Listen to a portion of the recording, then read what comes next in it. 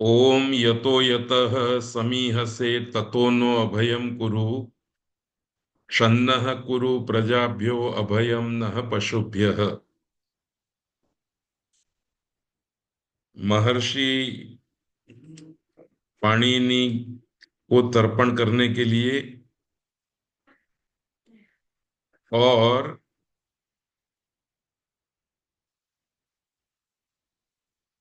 Professor स्वर्गीय भोगेलाल सांडेश्वरा की स्मृति को स्थिर करने के लिए महर्षि वेद विज्ञान एकेडमी के द्वारा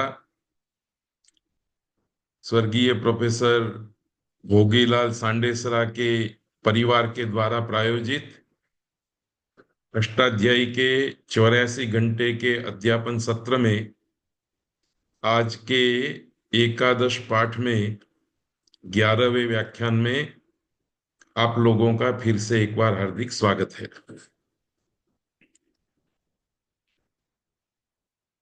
प्रत्येक वर्ग में हम अष्टाध्यायी के सूत्रों पर दृष्टि डाल देते हैं।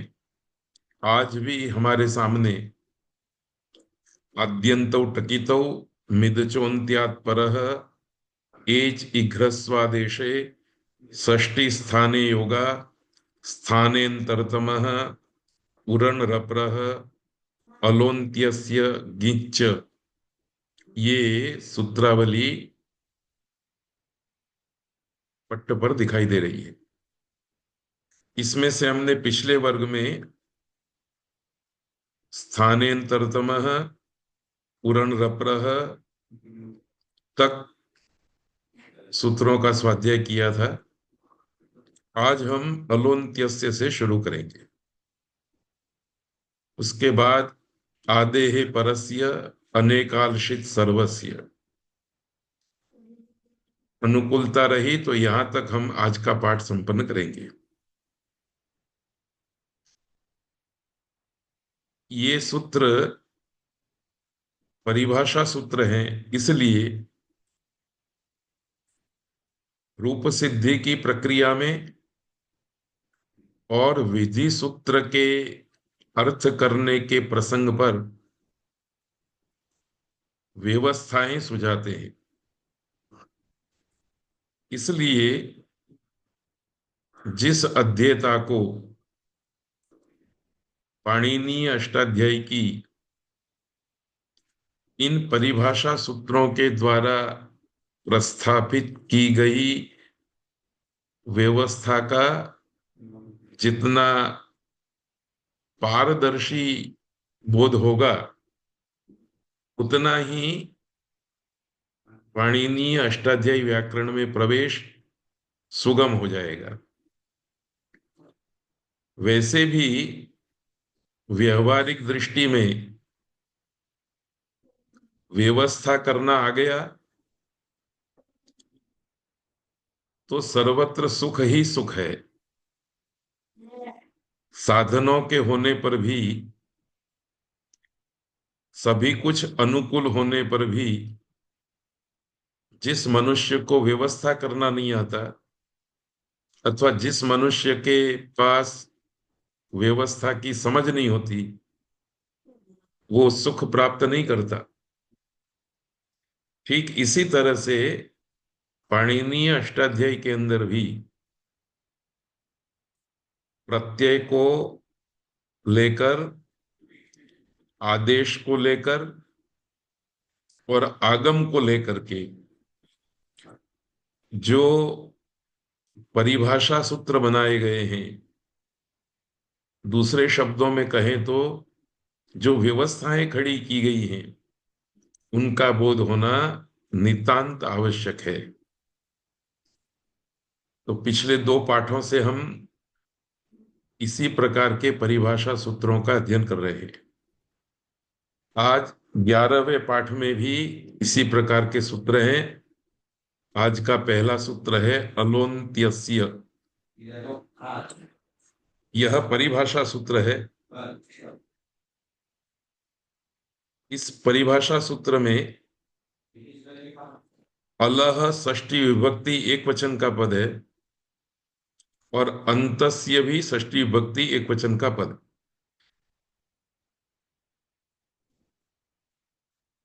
अंत्यस्य में समास नहीं है, पर तद्धित वृत्ति है।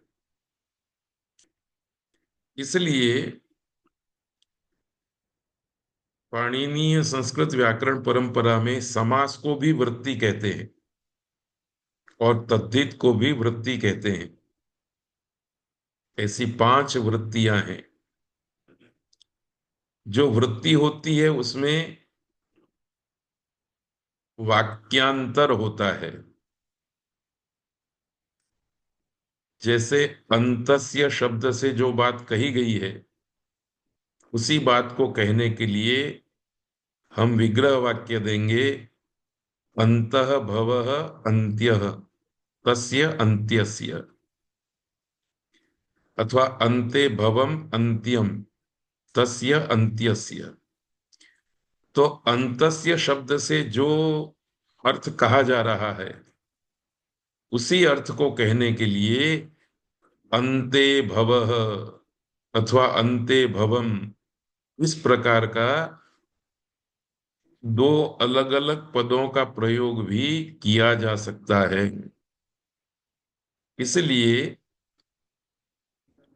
समास में जैसे हम समास और विग्रह वाक्य, ये 2 व्यवस्थाएं देखते हैं, तद्धित में भी इसी प्रकार की 2 व्यवस्था देखने को मिलती है।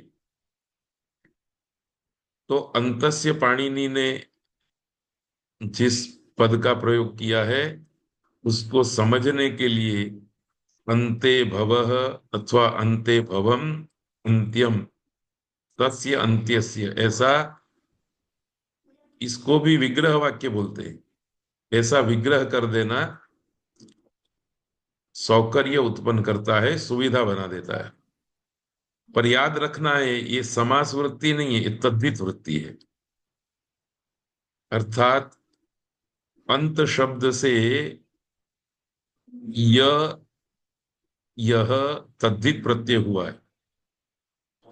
खैर, ये तो प्रसंग आया इसलिए मैंने कहा, आगे जब हम चौथा अध्याय पढ़ेंगे तब इसी प्रकार के रूपों की सिद्धि करनी। अष्टाध्यायी का चौथा अध्याय और 5वां अध्याय इसी प्रकार के तद्धित वृत्ति के शब्दों को सिद्ध करने के लिए बनाया गया है। उन अध्यायों के सूत्रों का पाठ करेंगे तब ये बात फिर और स्पष्ट होगी। अनुवृत्ति ऊपर से षष्ठी और स्थाने 2 पदों की आ रही है। सूत्र का अर्थ करेंगे हम तो, षष्ठी निर्दिष्टस्य अंतस्य अलह भवति। स्थाने शब्द को डालना रह गया है, पर डाल सकते हैं हम। इसलिए इसको विस्तृत करते हुए दोबारा हम कहेंगे, षष्ठी निर्दिष्टस्य यह आदेशः विधीयते। षष्ठी विभक्ति का निर्देश करके, षष्ठी विभक्ति का पद में प्रयोग करके जो आदेश कहा गया है, जिस आदेश का विधि किया गया है, वह आदेश अंत्यस्य अलह, अंत में होने वाले अल के स्थान में होता है। अल प्रत्याहार है, इसमें स्वर और व्यंजन दोनों का समावेश हो जाता है। तो सूत्र के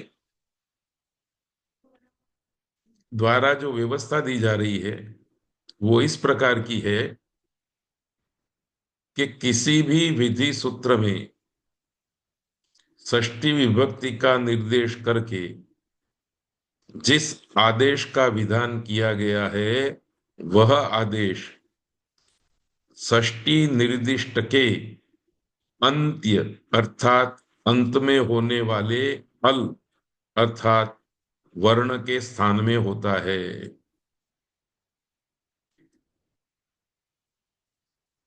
देखिए, इस आदेश को हमने शत्रुवत कहा था, और व्यवहारिक दृष्टि से यह बात कही गई थी कि शत्रु वो होता है जो स्थानीन को हटा करके अपनी जगह पर बैठ जाता, उसकी जगह पर बैठ जाता है। पर यह सूत्र व्यवस्था दे रहा है कि षष्ठी विभक्ति का निर्देश करके यदि किसी आदेश का विधान किया गया हो तो वह आदेश अंत्य अर्थात अंत में होने वाले अल के स्थान में होता है, पूरे के स्थान में नहीं। अल प्रत्याहार में क्योंकि सभी वर्ण आ जाते हैं तो सीधा सा अर्थ है कि अंतिम वर्ण को होता है, जिसको आदेश कहा गया इसके स्थान में यह आदेश होता है, ऐसा विधि किया गया तो ये विधि जिसको आदेश कहा गया है उसके अंतिम वर्ण के स्थान पर होगा।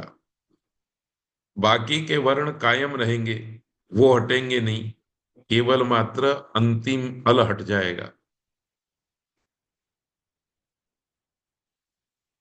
अब ये व्यवस्था जो है ना, वो पाणिनीय व्याकरण पढ़ने वाले विद्यार्थी के मन में बहुत सारे प्रश्न करती है। इसलिए ध्यान रखना है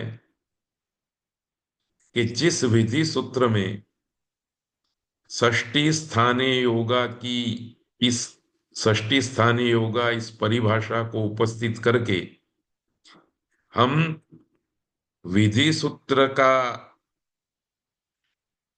अर्थ बनाएंगे, उस अर्थ की जब प्रवृत्ति होने लगेगी उस प्रवृत्ति के प्रसंग में अलोन्त्य से यह परिभाषा उपस्थित होगी और अपनी व्यवस्था देगी। अर्थात किसी भी विधि सूत्र के अर्थ करने के प्रसंग पर पहले षष्ठी स्थाने योगा सूत्र पहुंचेगा और व्यवस्था देगा कि इस विधि सूत्र के अंदर यह पद षष्ठी विभक्ति के निर्देश से युक्त है, अर्थात षष्ठी विभक्ति वाला है, तो उसका अर्थ हमें करना है के स्थान में। और जहां षष्ठी स्थानीय योगा सूत्र की उपस्थिति हो गई, उसने अपना प्रकाश फैला लिया, अपनी व्यवस्था दे दी कि तुरंत ही अलोन्त्यस्य सूत्र पहुंच जाएगा और कहेगा कि जिसके स्थान में आदेश कहा गया है उसको पूरे को नहीं हटाना है, परंतु जिसके स्थान में आदेश कहा गया है उसके अंतिम अल के स्थान में आदेश करना है, पूरे स्थानीन को नहीं हटाना है, अंतिम अल के स्थान में करना है। तो ये दो बातें एक साथ याद रखनी है। इसके उदाहरण की चर्चा अभी हम नहीं कर रहे हैं, थोड़ा एक दो सूत्र और पढ़ लें, फिर हम सार्वत्रिक दृष्टि से बात करेंगे। तब जाकर के ये व्यवस्था की जो गूंच है, जो माया जाल है, वो धीरे धीरे हमारे सामने स्पष्ट होगी। इसके नीचे सूत्र आया गिच्च, ये भी परिभाषा सूत्र है। इसमें दो पद है गित और च। गित में समास है, बहुब्रीहि समास, ग इत यस्य स गित। ग की इत संज्ञा जहां हुई है उसको हम गित कहेंगे। ऐसे ही पिछले पाठों में शित शब्द आ गया है, मित शब्द आ गया है, टकित शब्द आ गया है, जिसको हमने टित और कित के रूप में देखा था। तो टित, कित, शित, मित और आज उसी परंपरा में गीत, ये पांचवा शब्द आया। ये पांचों प्रकार के शब्द अपने अंदर जो वर्ण है उस वर्ण की युक्त संज्ञा का प्रदर्शन करते हैं। ग की जहां इत संज्ञा हुई हो उसे हम गित कहेंगे। म की इत संज्ञा जहां हुई हो उसको हम मित कहेंगे। ट की इत संज्ञा जहां हुई हो उसको हम शित कहेंगे, इत्यादि रूप में। ये बात आपको अभी 2 4 6 बार और सुननी पड़ेगी। और फिर जब आप इन शब्दों से परिचित हो जाएंगे तो वारंवार ये बात मैं नहीं कहूंगा।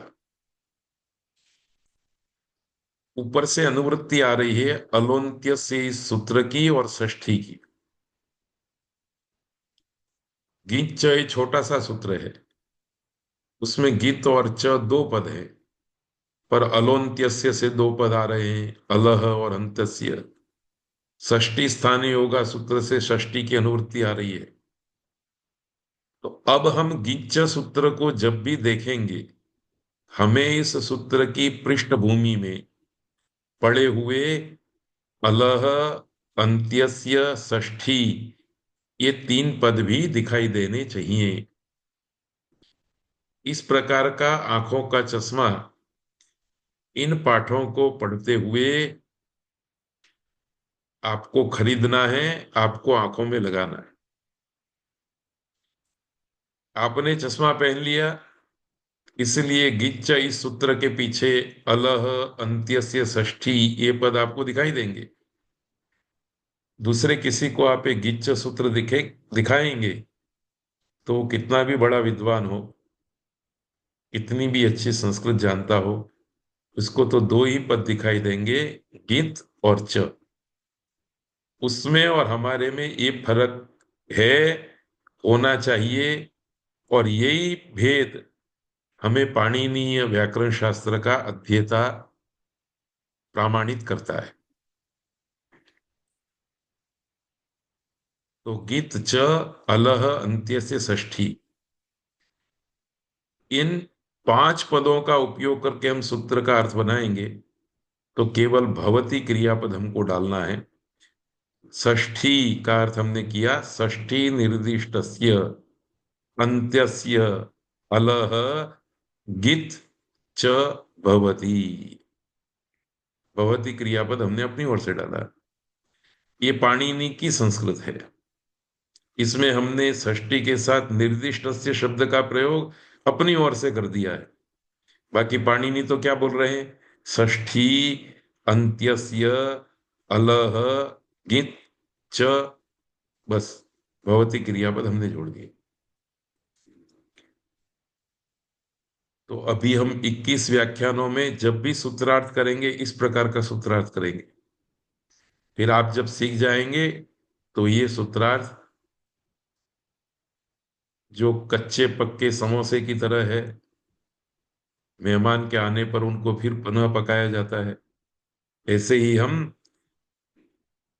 दूसरे बार सूत्रार्थ करते हैं, उसको करने की जरूरत नहीं पड़ेगी। पका पकाया सूत्रार्थ कह करके ही पाठ को आगे बढ़ाएंगे। अब हमने थोड़ा और व्याख्यान किया सूत्र के अर्थ का।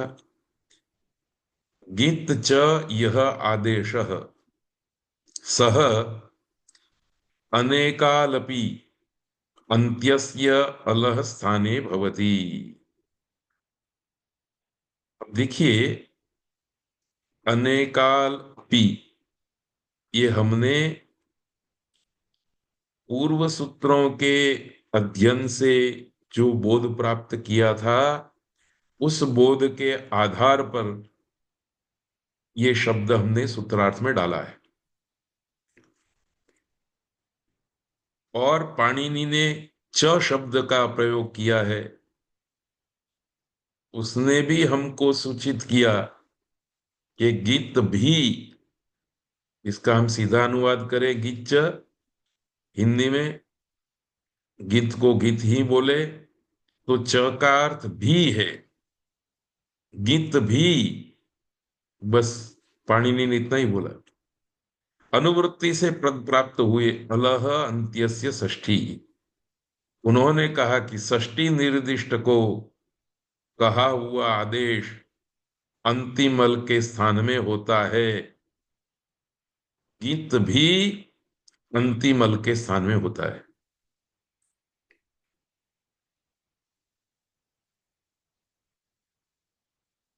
अब कुछ गड़बड़ लग रही है पढ़ने वाले विद्यार्थी के मन में। यहां अभी कहा कि षष्टि निर्दिष्ट को जो आदेश होता है वह अंतिमल के स्थान में होता है, और यहां करके कहा कि जो गीत आदेश है वह भी अंतिमल के स्थान में होता है। तो इन सूत्रों का अनुसंधान करना, सार्वत्रिक रूप से अनुसंधान करना थोड़ा सा कठिन है जब हम इन सूत्रों को अलग अलग रूप से पढ़ते हैं। पर यदि सारे सूत्र एक साथ गठरी में बांध दिए जाएं और उनका अध्ययन किया जाए, तब जाकर के आदेश को बिठाने की संपूर्ण व्यवस्था हमारी आंखों के सामने हस्तामलकवत प्रकट हो जाती है। मैं एक स्लाइड में इसी प्रकार का उपक्रम करने वाला हूं आगे चल करके, पर अभी तो केवल गिंच सूत्र का आप अर्थ इतना स्मरण में रखिए कि गित जो आदेश है वह भी अंतिम अल के स्थान में होता है। अलोन्त्यस्य सूत्र में गिंत कित ऐसे किसी विशिष्ट की बात नहीं थी, हर किसी आदेश की बात थी।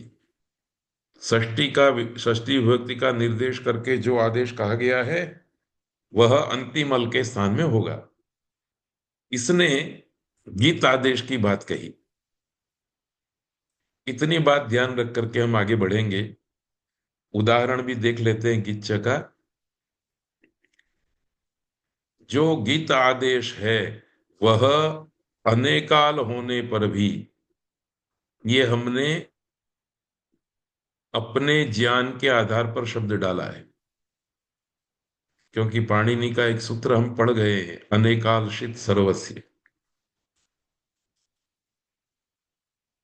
जो नहीं पढ़े हैं वो गिच्च सूत्र के अर्थ करते समय जैसे अनुवृत्ति के पदों को नहीं देख पाते, ऐसे अनेकाल होने पर भी यह भी देख नहीं पाते।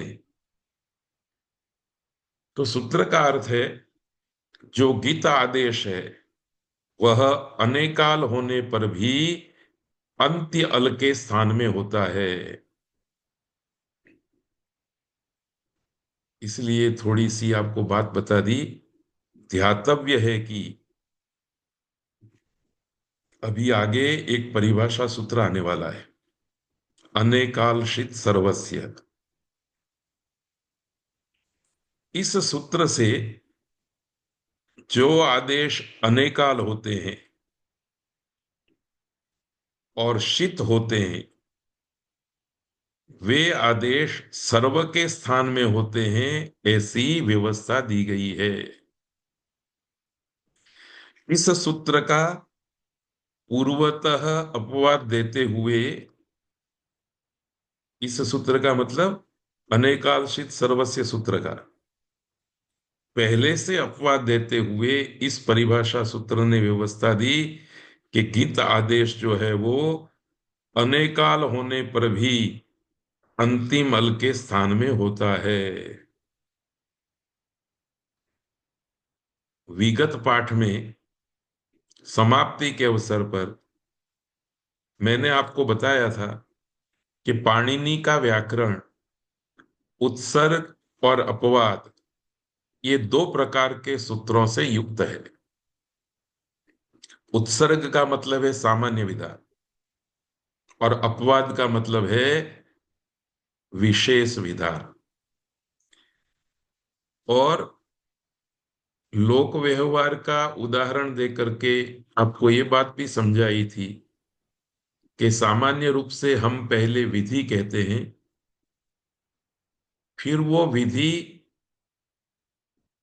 जहां हमको लागू नहीं करना है वहां भी लागू होने लगता है, तो हम जहां हम वो विधि लागू नहीं करना चाहते हैं उस स्थान का निषेध कर देते हैं। जैसे मैंने उदाहरण बताया था कि एक वर्ग में 100 छात्र हैं, विधि किया गया कि इन 100 छात्रों को केला दो। फिर याद आया कि नहीं नहीं, 90 विद्यार्थियों को ही केला देना है, 10 विद्यार्थियों को नहीं। तो दूसरे स्तर में आकर के आगे की पंक्ति में बैठे हुए 10 विद्यार्थियों को केला नहीं देना, ऐसा निषेध किया। पहले बोला तो 100 विद्यार्थियों को केला देने की प्राप्ति हो गई, 100 विद्यार्थियों के हाथ में केला होगा ऐसी व्यवस्था आ गई। पर उसमें देखा कि ये थोड़ी अतिव्याप्ति हो गई है, जहां हमें केला नहीं देना था वहां भी केला देने की बात पहुंच गई है। तो उसको रोकने के लिए कह दिया कि आगे की पंक्ति में बैठे हुए 10 छात्रों को केला नहीं देना है। और फिर तीसरा वाक्य बनाया कि इनको आम दो, इनको कैरी दो, आम का फल दो। तो व्यवहारिक जगत में ये 3 चरण में बात चलती है। पाणिनि ने बीच का चरण छोड़ दिया। पाणिनि ने पहले कहा 100 छात्रों को केला दो, और फिर कहा 10 को आम दो। तो ये दो विधि को सुन करके हमें अपने मन में इस तरह से व्यवस्था को समझना है कि पहले वचन में 90 विद्यार्थियों को ही केले देने की बात है, क्योंकि बाकी के 10 विद्यार्थियों को तो केला नहीं देना है, उनको तो आम देना है। तो जो व्यक्ति पहला विधि वाक्य सुन करके घर चला जाए कि 100 छात्रों को केला दो, वो अपने चित्त में क्या संस्कार लेके जाएगा? ओहो हो, गुरुजी ने तो 100 छात्रों को केला दे दिया। दूसरा कोई आदमी फिर आ गया, उसने अंतिम विधि सुना कि 10 विद्यार्थियों को आम दो। तो वो सुन करके क्या संस्कार लेके जाएगा? क्लास में 100 छात्र थे, 10 छात्रों को ही गुरुजी ने आम दिए, बाकी के छात्रों की तो कोई बात ही नहीं की। पूरा दृश्य गुरुजी की व्यवस्था का किस व्यक्ति के दिमाग में प्रस्थापित होगा? जो व्यक्ति गुरुजी का पहला वाक्य भी सुने, दूसरा वाक्य भी सुने और तीसरा वाक्य भी सुने। इन तीनों वाक्यों को स्मृति में रख करके वो जब घर जाता है और शांति से सब गुरुजी की व्यवस्था को विचारता है, तब उसको पता चलता है कि गुरुजी ने 90 विद्यार्थियों को केला दिया और 10 विद्यार्थियों को आम दिया। तो देखिए, जो लौकिक उदाहरण मैंने दिया है ना, आपको गुरुजी का पहला वचन सुन करके घर नहीं चला जाना है, या लेट आकर के पहला वचन तो सुना नहीं, तीसरा वचन सुनने वाला भी नहीं बनना है। यदि आप इसी तरह की भूमिका अदा करते रहे तो व्यवस्था का वास्तविक दृश्य आपके मन में स्पष्ट नहीं होगा। इसलिए आपको शांति से बैठना है, पहला वाक्य भी सुनना है, दूसरा वाक्य पाणिनि बोलेंगे नहीं, पर अपनी ओर से उस वाक्य को बोल देना है, और फिर तीसरा वाक्य पाणिनि बोलेंगे, वो भी सुनना है। ये तीनों वाक्य सुन करके हम आचार्य पाणिनि के द्वारा प्रस्थापित की गई आदेशों को बिठाने की व्यवस्था को पारदर्शी रूप में देख सकते हैं। तो ये आज ही ये सारी व्यवस्था हमारे दिमाग में स्पष्ट हो जानी चाहिए। पूरा वर्ग आज इसी के लिए। तो हम आगे बढ़ते हैं। गीच सूत्र का एक उदाहरण देख लेते हैं। यद्यपि अभी उदाहरण न देने की हमने पहले प्रतिज्ञा की थी कि पहले जरा ये सारे सूत्र देख ले, फिर भी ये सोच रहा हूं मैं कि बीच में एक उदाहरण देने से थोड़ी और स्पष्टता होगी। उदाहरण है कर्ता। मूल शब्द है कर्त्री। प्रथमा विभक्ति एक वचन का सु प्रत्यय आ गया, इसमें से बाकी रहा स। कर्त्री प्लस स। इस स्थिति में 7वें अध्याय का एक विधि सूत्र आया, ऋदूषणस पुरुदंशो अनेहसाम च। इस सूत्र ने कहा कि सु पर में हो, सु अथवा स, तो ऋकारांत अंग को सु के पर में रहते कर्तरी की अंग संज्ञा है। ऐसी बात हम पहले कह चुके हैं, अभी वो दृढ़ नहीं हुई है, क्योंकि अंग संज्ञा का सूत्र अष्टाध्यायी के पहले अध्याय के चौथे पाद में फिर से आएगा। पर अभी मैं कह रहा हूं तो आप मान लीजिए कर्तरी इसकी अंग संज्ञा है। तो सूत्रकार कह रहे हैं कि स प्रत्यय के पर में रहते ऋकारांत अंग को, अर्थात कर्तरी के स्थान में अनंग आदेश होता है। ऐसा विधि किया गया इस सूत्र से। अब ऋदूषणस पुरुदंशो अनेहसाम च, ये अनेहसाम तक का पद षष्ठी विभक्ति वाला है। तो परिभाषा सूत्र व्यवस्था देते हैं कि षष्ठी विभक्ति का निर्देश देकर के जिस आदेश का विधान किया गया हो, वह आदेश षष्ठी निर्दिष्ट पदों के सर्व के स्थान में होता है। तो इसका मतलब ये हो गया कि कर्तरी को हटा दो और उसकी जगह पर अनंग रख दो।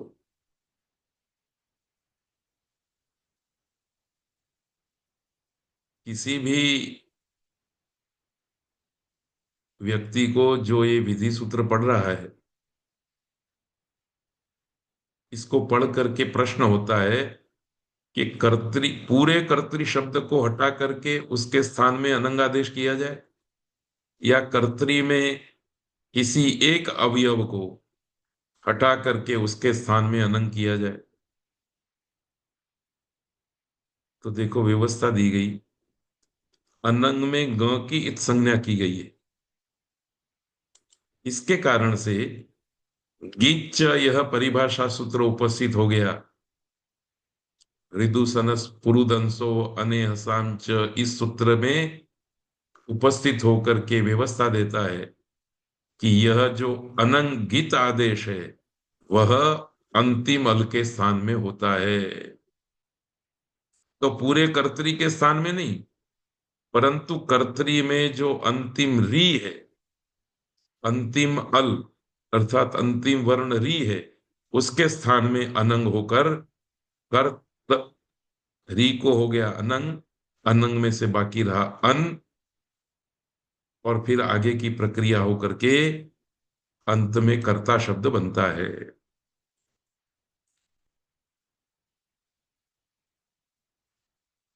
तो ये जो विधि सूत्र है उसने विधि तो दे दिया कि स के पर में रहने पर ऋकारांत अंग को अनंग आदेश होता है, पर सूत्र के अर्थ को देख करके प्रश्न होता है कि अंग के किसको हम अनंग आदेश करेंगे। किसी एक वर्ण को, किसी दो वर्ण के स्थान में, आगे वर्ण के स्थान में, पीछे वर्ण के स्थान में, या फिर पूरे पूरे के स्थान में। तो इस प्रकार की अव्यवस्था खड़ी होने पर परिभाषा सूत्र आते हैं और व्यवस्था देते हैं। तो किस किस प्रकार की अव्यवस्था होती है और उस अव्यवस्था में किस किस प्रकार की व्यवस्था पाणिनि ने परिभाषा सूत्रों के द्वारा की है, इसको हमें आज ही इसी व्याख्यान में ठीक तरह से समझ लेना है। पहले तो हम सूत्र पढ़ ले रहे हैं, उसके बाद व्याख्यान के अंतिम भाग में इस बात को फिर से हम पुनरावृत्त करेंगे, सूत्रों को दूर रखेंगे, सूत्रों के द्वारा दी हुई व्यवस्था को ही ध्यान में रख करके आपके सामने मैं अत्यंत सरलता से इस पूरी व्यवस्था को समझाने का प्रयत्न करूंगा। तो थोड़ी बात न समझ में आए तो चिंता मत करना, वर्ग के अंत में तो ये बात आपको समझनी ही समझनी है। एक और सूत्र आ गया है, आदेहे परस्य। ये भी परिभाषा सूत्र है। इसमें आदेहे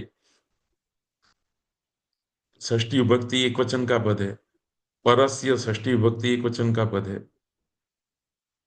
दोनों पद में समास नहीं है, अनुवृत्ति अलह मात्र की आ रही है और किसी की नहीं। तो तीन पद हुए, आदेहे परस्य अलह। तो सूत्र का अर्थ तो यही होता है, आदेहे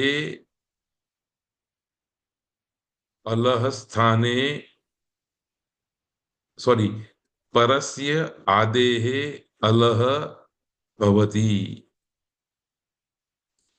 अलह में षष्ठी विभक्ति है, उसके स्थान में उसका अर्थ हम स्थाने करेंगे।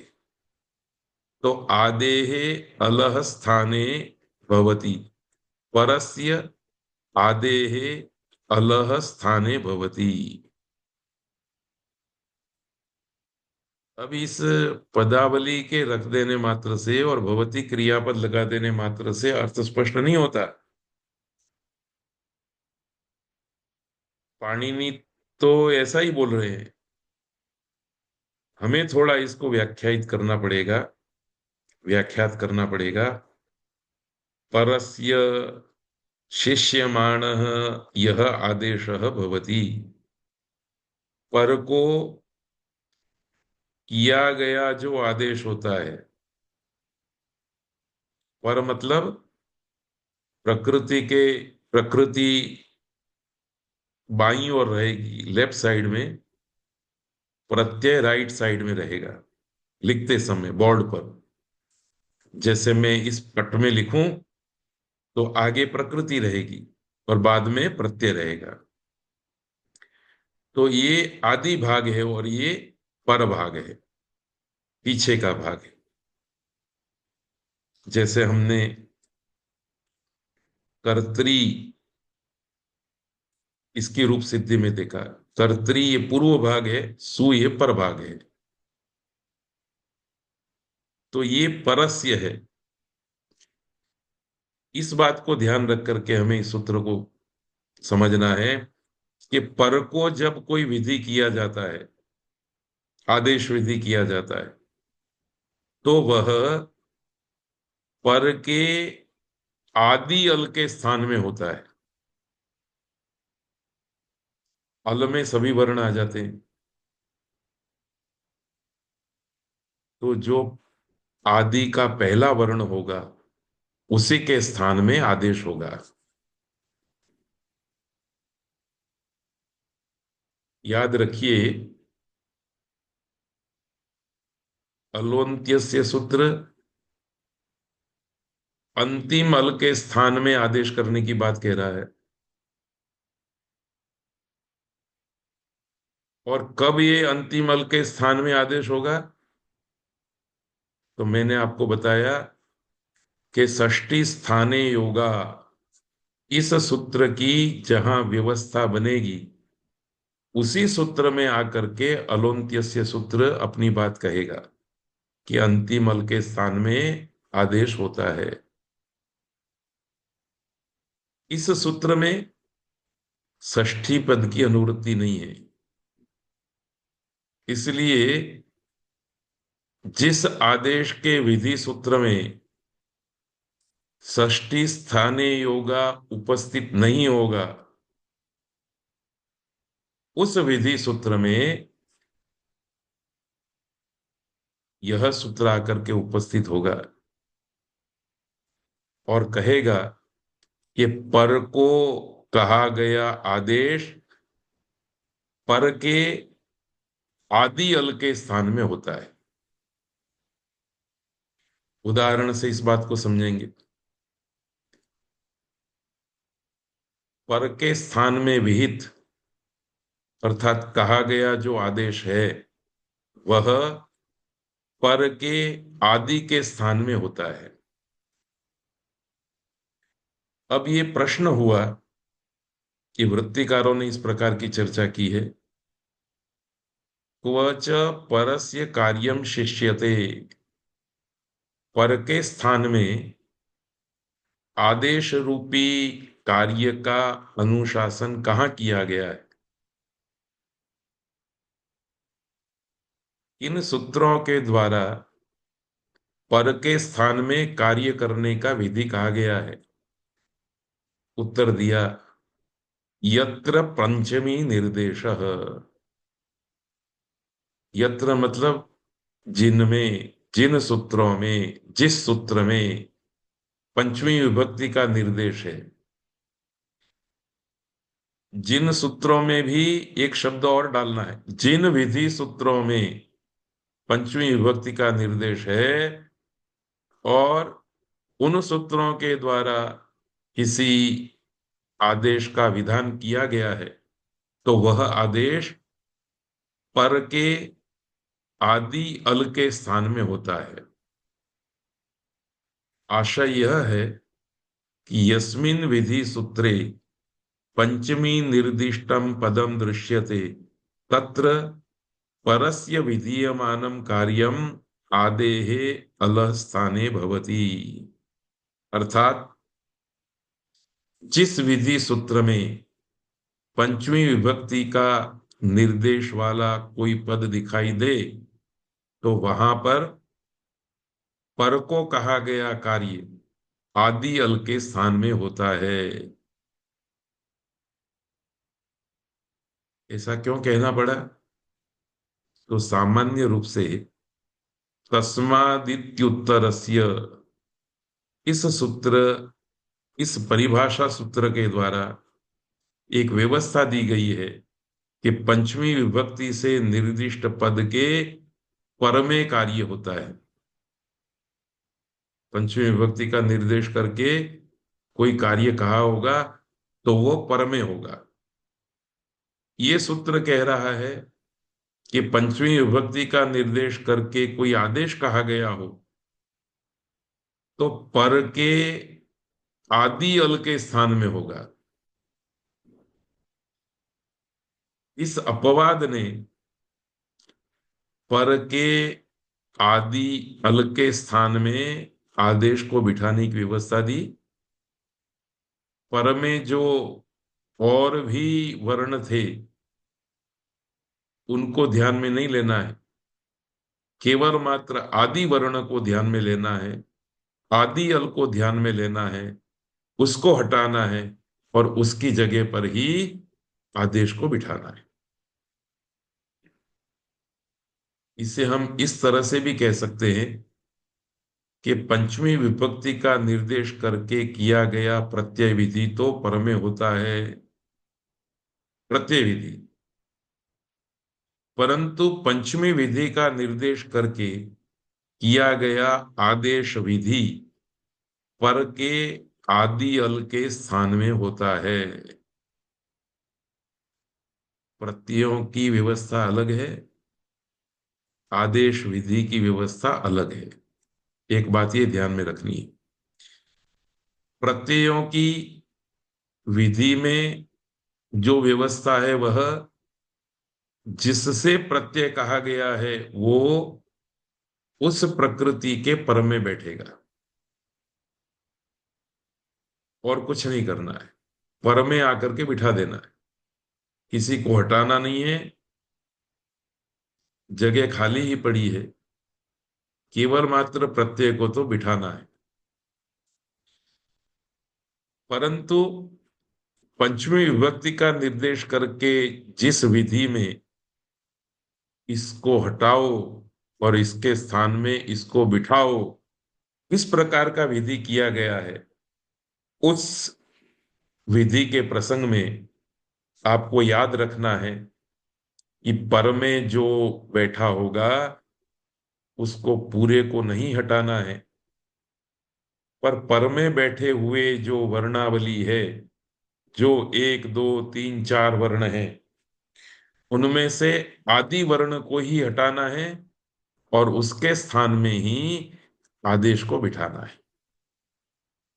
उदाहरण है आसीनः यजते। आसीनः मतलब बैठा हुआ, यजते मतलब यज्ञ कर रहा है। धातु है आस, आस उपवेशने, बैठने के अर्थ में। आन प्रत्यय हो गया। अभी तो मैं इतना ही बोलूंगा, यदि और कुछ बोलने जाऊंगा तो फिर एक और कुएं में हमारा प्रवेश हो जाएगा। ये वर्तमान कृदंत का क्षत्रिय प्रत्यय है, क्षत्रिय और सानच। तो आस धातु आत्मनेपदी है, इसलिए शानच प्रत्यय हुआ, शानच में से आन बचा है। खैर, वो फिर और एक अलग ही सत्यनारायण कथा हो जाएगी। तो हमारी ये सत्यनारायण कथा रुक जाएगी, दूसरी सत्यनारायण कथा में चले जाएंगे। तो अभी तो इतना ही मान करके चलिए, आस धातु से आन प्रत्यय होने के बाद एक सूत्र आया 7वें अध्याय का विधि सूत्र, ईदाशः। इस सूत्र ने कहा आस धातु के पर में स्थित आसह इत, आसह दो पद हैं इसमें। तब आपको धीरे धीरे अष्टाध्यायी के सूत्रों में जो पद हैं उनको देखने का सामर्थ्य हो गया होगा और उनके विभक्ति की पहचान का सामर्थ्य भी हो गया होगा। तो इत और आसह, आसह में पंचमी विभक्ति है। उस पंचमी विभक्ति का निर्देश करके विधि दिया गया कि आस धातु के पर में स्थित आन को, आन यहां नहीं पढ़ा गया है, ऊपर से अनुवृत्ति आ रही है।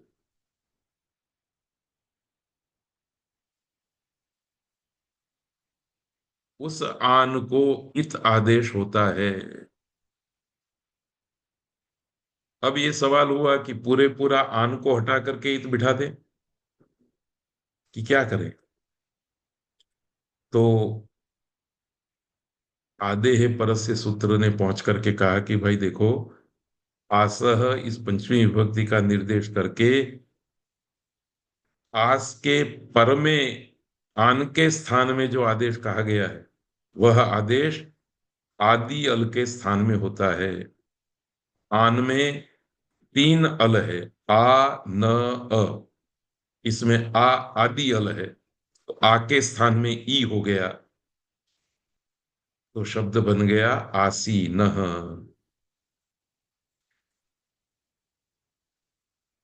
तो मैं जानता हूं कि सूत्र तो मैंने पढ़ा दिया, अभी भी बादलों की तरह सूत्र आया, फिर हवा उसको उड़ा करके ले गई। तो ये होने वाला है, हर किसी के मन में ये होता है।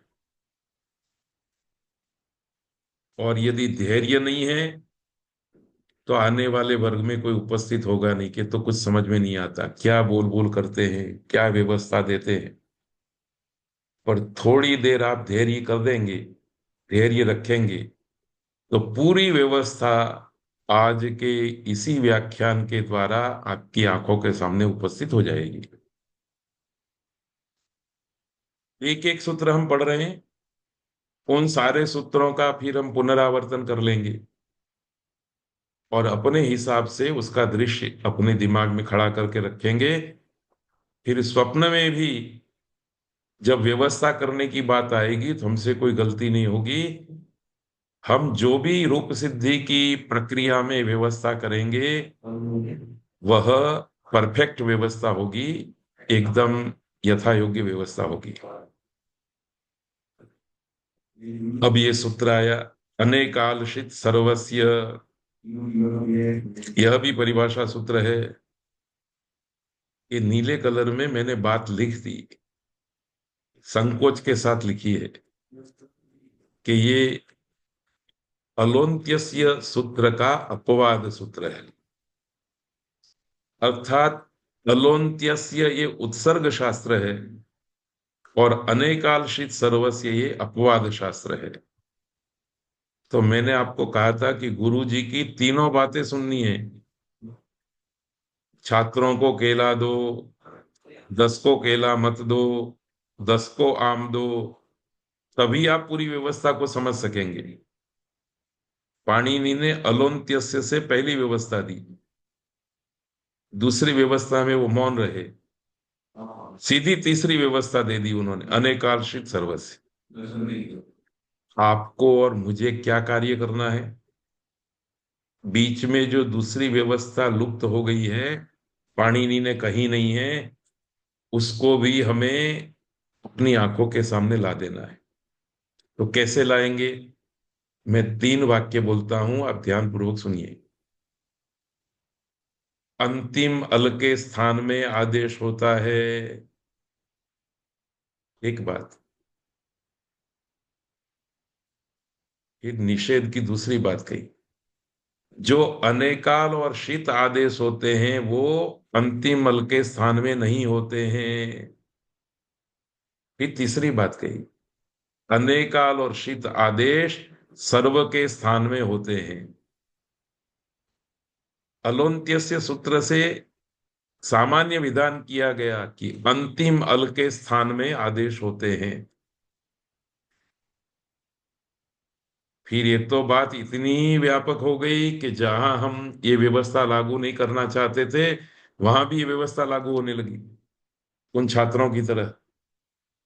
इसलिए फिर जिनमें व्यवस्था लागू नहीं करनी थी उसके लिए निषेध कहना चाहिए था, पर पाणिनि निषेध कहते तो एक सूत्र और रचना पड़ता।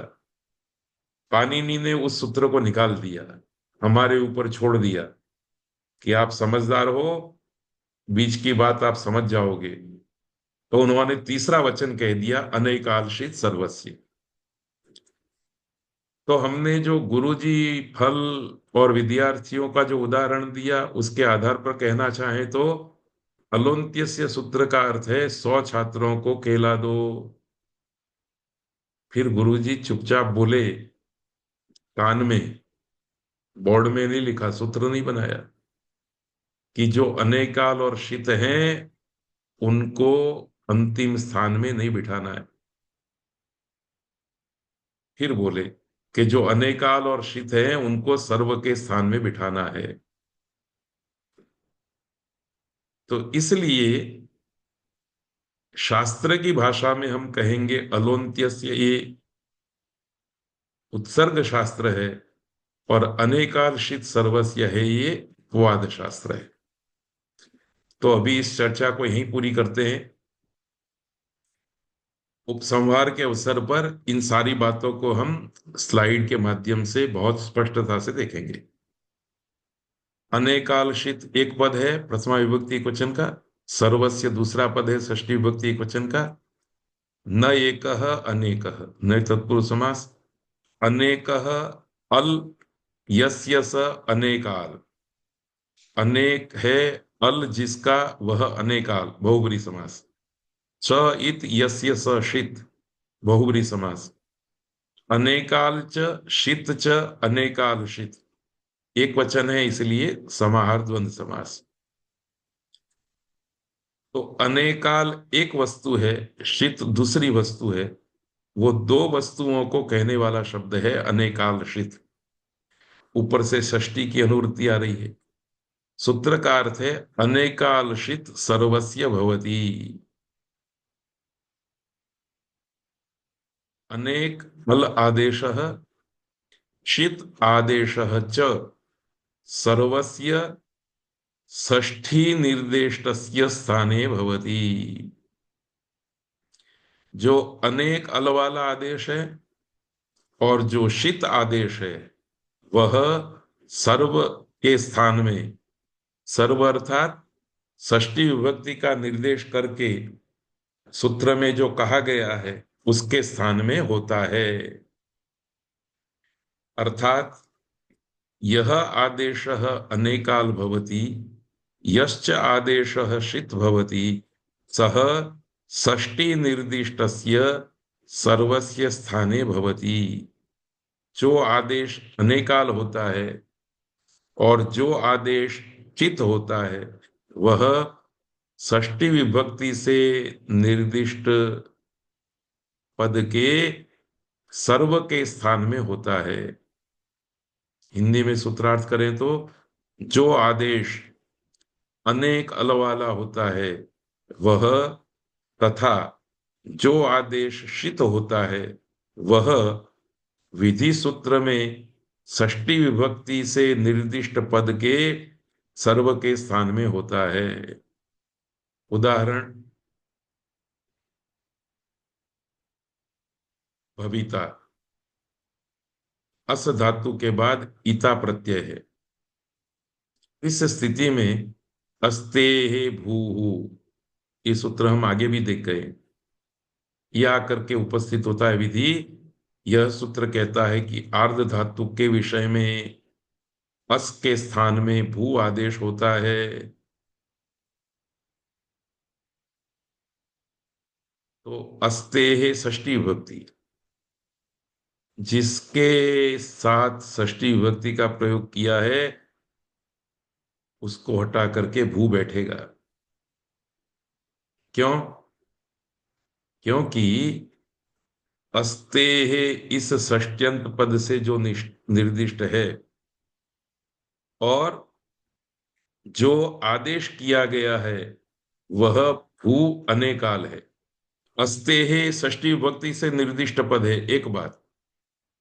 और अस्तेह के स्थान में जो आदेश किया गया है भू, वो अनेकाल है, दूसरी बात। एक अल है भ, दूसरा अल है वू, दो अल वाला है, इसलिए अनेकाल हो गया। अतः अस इस सर्व के स्थान में भू आदेश हो जाएगा। अस पूरा हट जाएगा, उसके स्थान में भू आदेश बैठ जाएगा। क्यों? क्योंकि अस्ते है षष्ठी भक्ति वाला पद है, अस्ते है भू इस विधि सूत्र में, और जो आदेश कहा गया है भू वो अनेकाल है। इसलिए अनेकालशित सर्वस्य सूत्र आकर के कहेगा कि पूरे पूरे अस को हटा दो और उसके स्थान में भू को बिठा दो। अस को हटा दिया, भू को बिठा दिया, तो रूप सिद्ध हुआ भविता।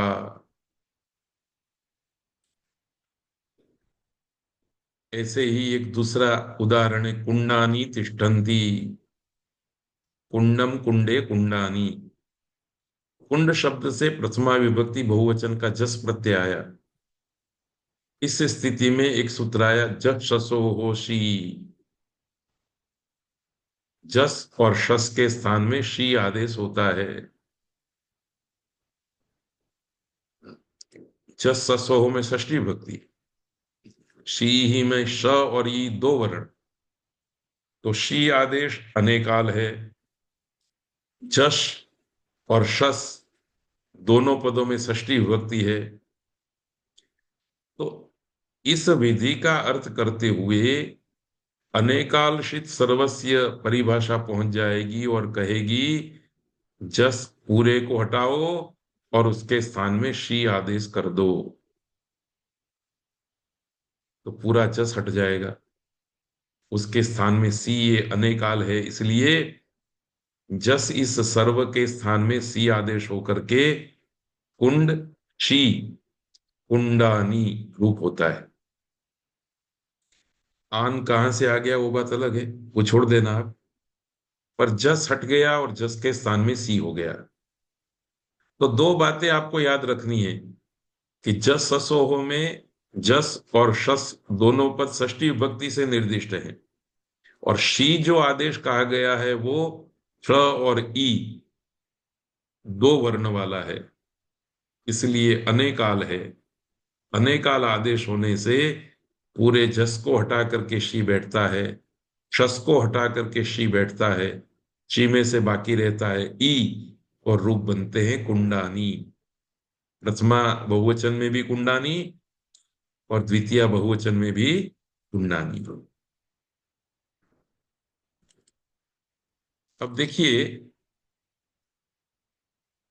मैंने बारंबार ये बात कही है, वो निराशा उत्पन्न करने के लिए नहीं कही, पर वो वास्तविकता है, क्योंकि ये व्यवस्था टुकड़े टुकड़े में कही हुई है। उसको जब हम सार्वत्रिक रूप से एक दूसरे के साथ जोड़ेंगे नहीं, तब तक पूरी व्यवस्था का चित्र हमारे दिमाग में आएगा नहीं। परंपरा में ये होता है कि एक सूत्र पढ़ा दिया, एक दिन पूरा हो गया, दूसरे दिन दूसरा सूत्र पढ़ाया, तीसरे दिन तीसरा सूत्र पढ़ाया, और ऐसे ही करते करते हम आगे पाणिनि व्याकरण को पढ़ते गए।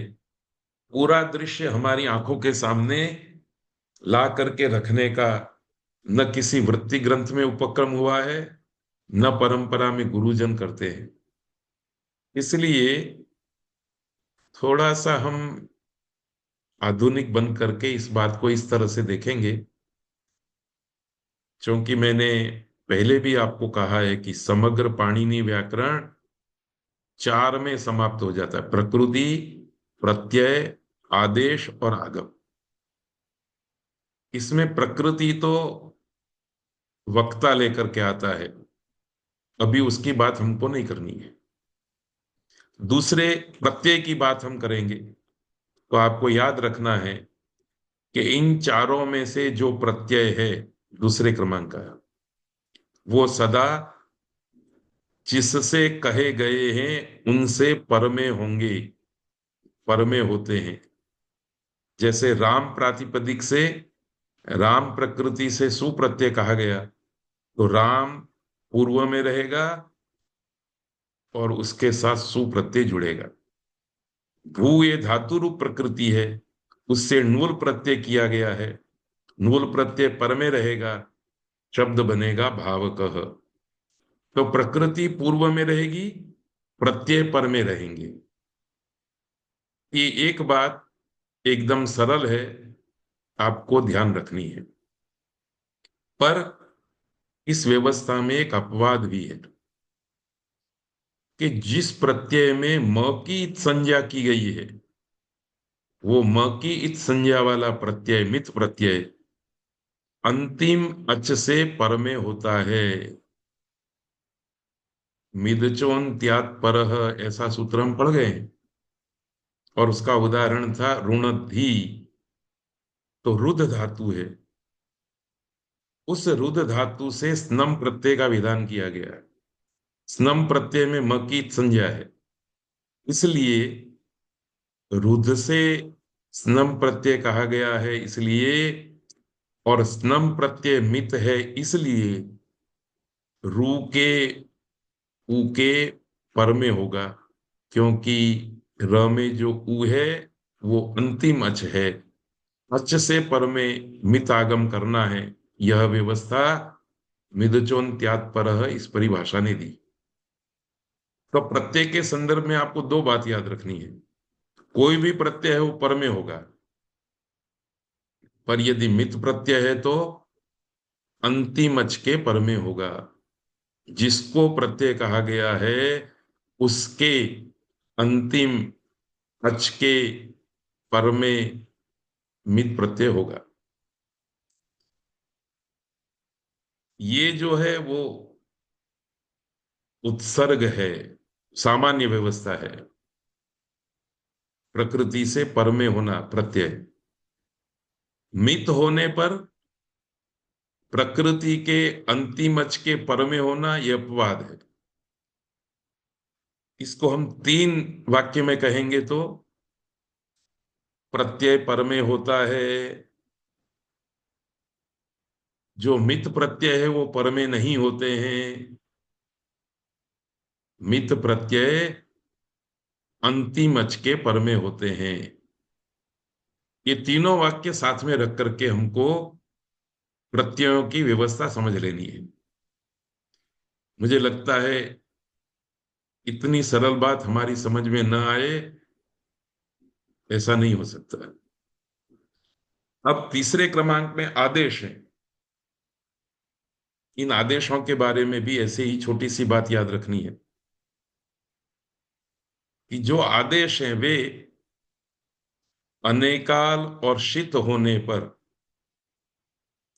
या फिर गित होने पर सर्व के स्थान में होते हैं।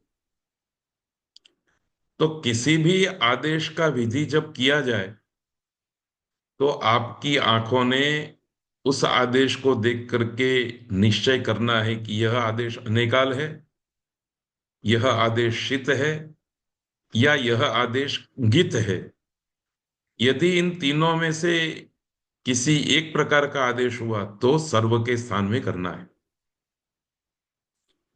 इसके अतिरिक्त सभी आदेश अंतिम अल के स्थान में करने हैं। अर्थात ये देखिए, ये स्लाइड आपको हमेशा अपने चित्त में अंकित करके रखनी है। आदेश दो प्रकार के हैं, एकल और अनेकाल। जो एक अल वाले आदेश हैं वो अंत्य अल के स्थान में होते हैं, पर अंत्य अल के स्थान में होने वाले एकाल आदेशों का अपवाद शित है। अर्थात शित जो आदेश हैं वो एक अल के स्थान में नहीं, शित जो आदेश हैं वो एक अल होने पर भी अंत्य अल के स्थान में नहीं होते, वो सर्व के स्थान में होते हैं। अनेकाल आदेश सर्व के स्थान में होते हैं, पर अनेकाल आदेशों में गीत आदेश अपवाद है, वो सर्व के स्थान में होता है, अंतिम अल के स्थान में नहीं। तो याद रखना है कि षष्ठी विभक्ति के द्वारा षष्ठी विभक्ति का निर्देश करके जहां भी आदेश कहे गए हैं उनके संदर्भ में यह स्थिति है। तो आप क्या करेंगे, सबसे पहले तो आदेश का दो भाग में विभाजन कर देंगे, ये एकाल आदेश है या ये अनेकाल आदेश है। दूसरी बात क्या करेंगे, एकाल आदेश अंतिम अल के स्थान में होता है और अनेकाल आदेश सर्व के स्थान में होता है। फिर ये दो बात आपको याद रखनी है, शित अपवाद है और गित भी अपवाद है। यदि गित आदेश है तो सर्व के स्थान में हो जाएगा गिच्छ सूत्र से, और शित आदेश है वो भी अनेकाल शित सर्वस्य, इस सूत्र में अनेकाल के साथ सित रख दिया गया है, वो भी सर्व के स्थान में होगा। तो अनेकाल आदेश सर्व के स्थान में होते हैं, चित आदेश सर्व के स्थान में होते हैं, और गीत आदेश भी सर्व के स्थान में होते हैं। इसके अतिरिक्त जितने भी आदेश हैं वो अंत्य अल के स्थान में होते हैं। जितने भी आदेश हैं मतलब जितने भी एकाल आदेश हैं। एक और छोटी सी बात आप ध्यान से देखेंगे तो श की इत संज्ञा की गई तो मतलब दो वर्ण तो होने ही वाले हैं, दो अल तो होने ही वाले हैं, तो वो अनेकाल हो गया। गीत वर्ण की इत संज्ञा करनी है, ग वर्ण की इत संज्ञा करनी है, तो गीत आदेश भी अंततो गत्वा तो अनेकाल होगा। तो फिर गिच्छ सूत्र बनाने की क्या आवश्यकता थी। चित यह शब्द अनेकाल के साथ बोलने की जरूरत क्या थी। ये सब शास्त्रार्थ के ऐसे पहाड़ हैं जिनके ऊपर चढ़ते समय विद्यार्थी की और गुरुजन की दोनों की श्वास फूलती है। तो अभी हमको उस पर्वत पर नहीं चढ़ना है, बहुत सूक्ष्मता से व्यवस्था खड़ी की गई है। और धीरे धीरे आप ऊपर चढ़ने का सामर्थ्य प्राप्त कर लेंगे। जब आपके श्वास फूलेंगी नहीं, तब आपको पाणिनि की महानता के और परिचय होंगे। अभी इस समय आपको कम से कम इतनी बात याद रखनी है, प्रत्यय के बारे में दो बातें। प्रत्यय पर में होते हैं, मित प्रत्यय होता है वो पर में नहीं होगा, पर अंतिम अच के पर में होगा। और आदेश दो प्रकार के हैं, एकाल और अनेकाल। अनेकाल आदेश सर्व के स्थान में होते हैं। जैसे अनेकाल आदेश सर्व के स्थान में होते हैं, वैसे ही चित आदेश भी सर्व के स्थान में होते हैं और गीत आदेश भी सर्व के स्थान में होते हैं। बाकी जितने भी एकाल आदेश हैं, एक वर्ण मात्र का जो आदेश है, वो अंतिम अल के स्थान में होता है। इतना आप याद रखेंगे तो हो आज का पाठ सफल हो जाएगा। इसमें जो सूक्ष्म बातें हैं उसकी चर्चा अभी नहीं करनी है। ये जो मुख्य बातें हैं, प्रमुख बातें हैं, ગુજરાતીમાં કહીએ તો મોટી મોટી વાતો છે, એ આપણા ધ્યાનમાં સ્થિર થઈ જવી જોઈએ। પછી સમયાંતરે વધુ સ્પષ્ટ થતું રહેશે। તો આટલા સૂત્રો સાથે આજનો વર્ગ આપણે પૂરો કરીએ છીએ। સૌને સાદર પ્રણામ છે। શનિવારે રાત્રે ફરી પાછા આપણે 9 વાગે મળીશું। ત્યાં સુધી આપ સૌનો ધન્યવાદ, પ્રણામ। सर्वेभ्यो नमो नमः। धन्यवाद। धन्यवाद सर।